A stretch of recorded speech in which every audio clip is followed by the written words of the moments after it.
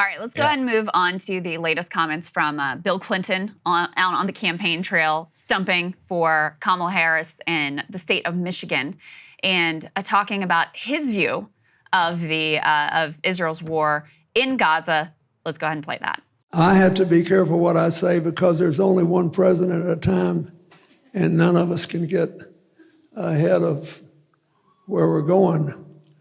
But I think we're going to have to essentially start again on the peace process. And I understand why young Palestinian and Arab Americans in Michigan think too many people have died. I get that.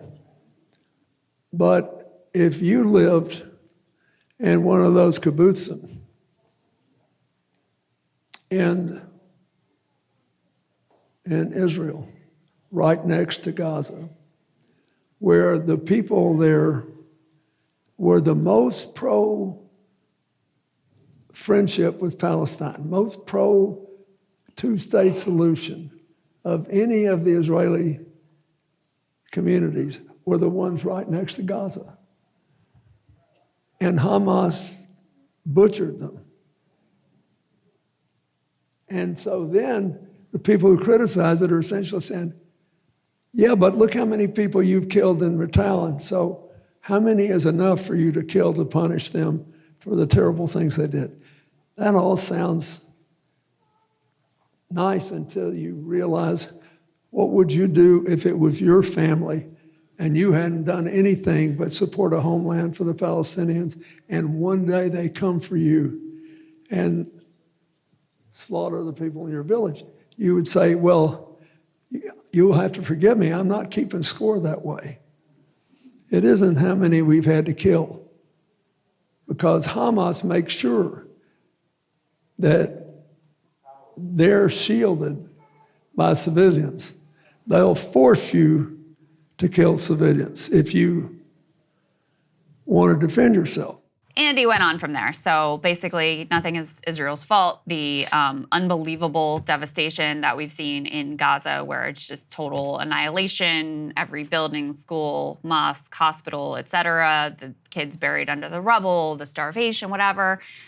None of it is Israel's fault. It's just all the fault of Hamas, who, are the ones that use Palestinians as human shields, and so therefore it's all justified. It's all just self-defense. Which at this point, if you are still arguing that this is just self-defense, I don't know what to tell you, because we're talking about not just Gaza, we're talking about the West Bank, we're talking about Lebanon, we're talking about Syria, we're talking about Iran.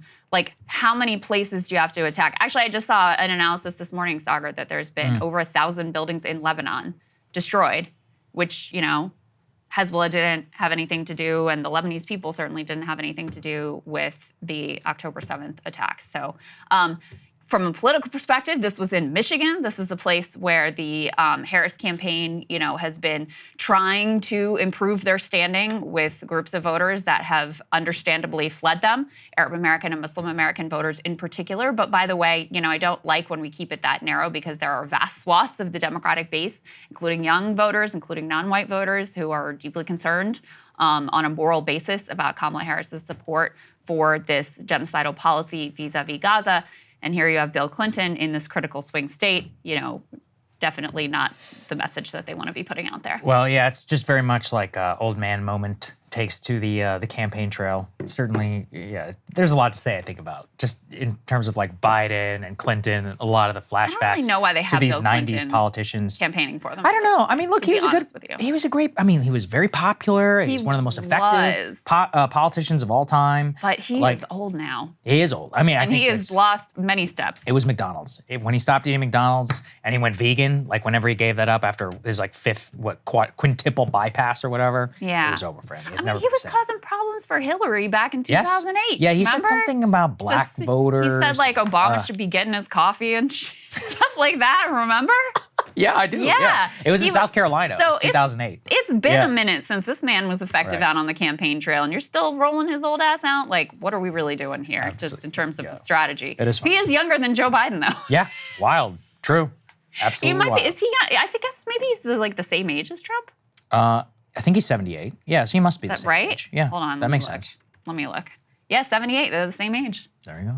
All right. Crazy. Incredible. Trump kept eating the McDonald's, and Bill Clinton went away, and it was a big mistake. Yeah, apparently. McDonald's actually is a key part of the American Yeah, presidency. just don't get the quarter pounder right now. The more unhealthy that you are, the better president that you are, in my opinion. All right, but let's continue with the Israel stuff. There's actually an interesting story I wanted to highlight. Let's put this up there on the screen from the Times of Israel, where Trump apparently, according to them, Israeli sources, told Netanyahu he wants the Gaza war over by the time he enters office. He said, according to Netanyahu, several times, win the war quickly, do whatever you need to do, but basically you need to wrap it up by the time that I take office, because he doesn't want to deal with the political and the geopolitical fallout of that situation. Now, obviously, kind of a difficult prospect, because what it would mean would be ending the Lebanon incursion, what does even the end of quote unquote war in Gaza even look like? Because that would require a literal withdrawal. And that is the key piece right there. Ryan and Emily had a very interesting guest on yesterday. I encourage everybody to listen, because what Bibi is hoping is, because I think it's pretty clear Bibi would like Trump to win. The overwhelming majority of Israelis would like Trump to win. The polling is not even really all that close. And the question isn't, okay, at some point the aggressive level of bombing that we've seen, at some point that ends, and then what comes next? And Bibi, in order to keep his coalition together, effectively needs to resettle Gaza. That's what Ben-Gvir and Smotrich very affirmatively want. That's what other Likud party ministers have been going to these resettlement conferences. And the concern from Bibi is that Kamala may actually, now you can, have they drawn any real hard red lines? No, at this point, no. But may actually make some moves to keep them from resettling Gaza. And if he's not able to do that, then his coalition effectively falls apart. So we know Trump is, he's talked about, waterfront, Kushner talked about Gaza's waterfront property and potential development possibilities. We know that Miriam Adelson, as part of condition for her overwhelming massive support in dollars for Donald Trump, wants to be able also to annex the West Bank.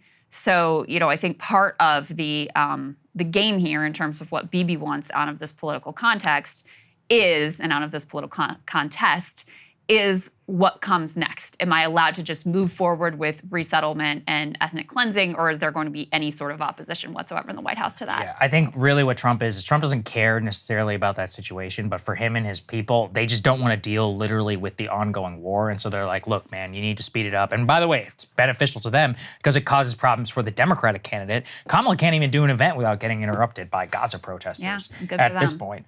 Let's go next to J.D. Vance made some interesting crypto comments where if you read between the lines, the pro-Israel lobby won't be too happy about this one on the Tim Dillon Show. Let's take a listen to that. E2, please. Obviously, Israel has the right to defend itself, but America's interest is sometimes going to be distinct. Sometimes we're going to have overlapping interests, and sometimes we're going to have distinct interests. And our interest, I think, very much is in not going to war with Iran. We recognize, okay, Israelis, Gulf Arab states don't like Iran, so let the Israelis and the Gulf Arab states provide the counterbalance to Iran. America doesn't have to constantly police every region of the world.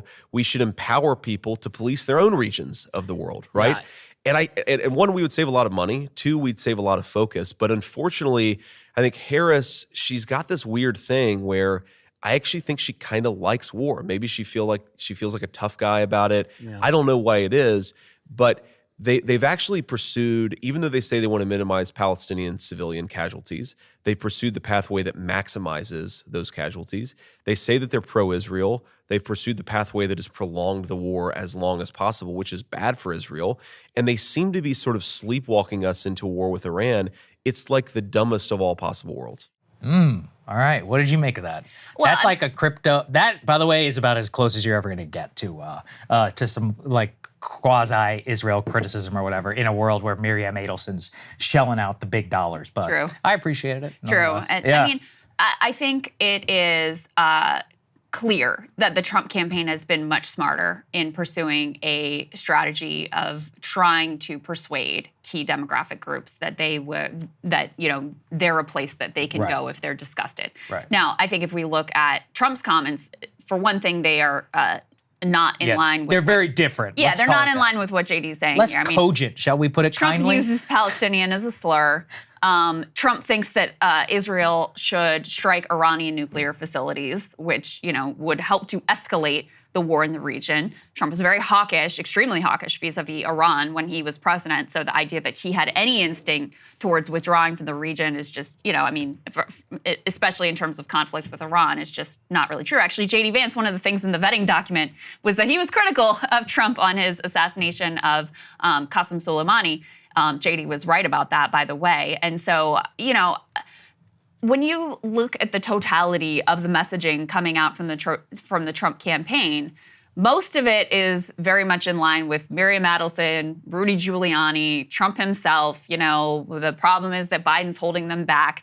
You don't hear too much of the perspective that's being offered here from JD Vance, where he correctly, by the way, points out that even if you are just narrowly trying to pursue the interests of Israel, this has been damaging. The country economically has suffered greatly. The governing coalition is, constantly on the brink of collapse. You have massive foreign direct investment that is fleeing the country. You have human beings who have left the country. And, contrary to the idea that all of this war making throughout the region is going to make Israelis any safer, it's only put them at more risk, because now you still have people who are evacuated from northern Israel who are unable to return, and no end in sight with that either. So, he is correct in that point. I just don't think that is the view of Trump. It's certainly not the view of Trump's donors. And, Trump is happy to sort of let people go out and freelance whatever they think is going to be effective to appeal to that audience in the moment. Doesn't necessarily reflect any sort of a broader shift. But they've been much more intentional about trying to do the Muslim outreach and the Arab American outreach, especially in the state of Michigan, and that shows in the polling numbers. Yeah, you're absolutely right. In fact, we have evidence of that strategy. Can we put E4, please, up on the screen? Here you had a letter from Trump. He said, "To the Lebanese American community, during my administration, we had peace in the Middle East. We will have peace again soon. I will fix problems caused by Kamala and stop the suffering and destruction in Lebanon. I want to see the Middle East return to a real peace, a lasting peace, and we will get it done properly so it doesn't repeat itself every 5 or 10 years. So that obviously directed at the Michigan Arab American vote. And it's interesting too, because the Trump campaign is basically like scrolling through ethnic minorities and then releasing letters to it, which, look, maybe it's the correct way. Not the way I would like to see politics, but he had another post where he's like, "To all the Coptic Christians out there, I will stand up for you in the Middle East. I will make sure that we will not," what was it, the whole Azerbaijan thing, Azeri, aggression on between Azerbaijan and Armenia. But my point is just that he seems to be just scrolling through these like subgroups and just putting out a letter where, it really could be impactful. I guess if he sees the election that way, then that explains why they don't like the Puerto Rico comments. Yes, I agree with you. No, again, this is not how I think politics should be. Like, dear Lebanese Americans or whatever, let me do policy based on your homeland. Okay, I think it's a little weird, but, it's frankly more something that you saw, like, it feels very Democrats in 2016. Yes, totally. Like, let me put out a letter and have on stage someone from your specific, like, demographic identity group. Feels like the direction that the Trump campaign is going in. But, with regard to Arab Americans, Muslim Americans, less so young people who I think, are either going to vote for Jill Stein by and large, or they're just not going to vote. I think, obviously, there's a huge opening here that is no one's fault but Kamala Harris and Joe Biden and the horrific policy that they have pursued, which has been deeply destructive and deeply immoral, and which she has been unable to separate herself on. And then, you have people like Bill Clinton who go out there and say the things that he says. And it's not really, even though he said the quiet part out loud, But his comments are perfectly in line with the Biden administration strategy and the way that they've approached things. Like, that is the position, is Israel always, no matter what Israel does, we'll stand by them. It's always self-defense. It's never their fault. The civilian death is never their fault. They bear absolutely no culpability whatsoever. And we bear no culpability, even though it's our bombs being sent, et cetera, et cetera.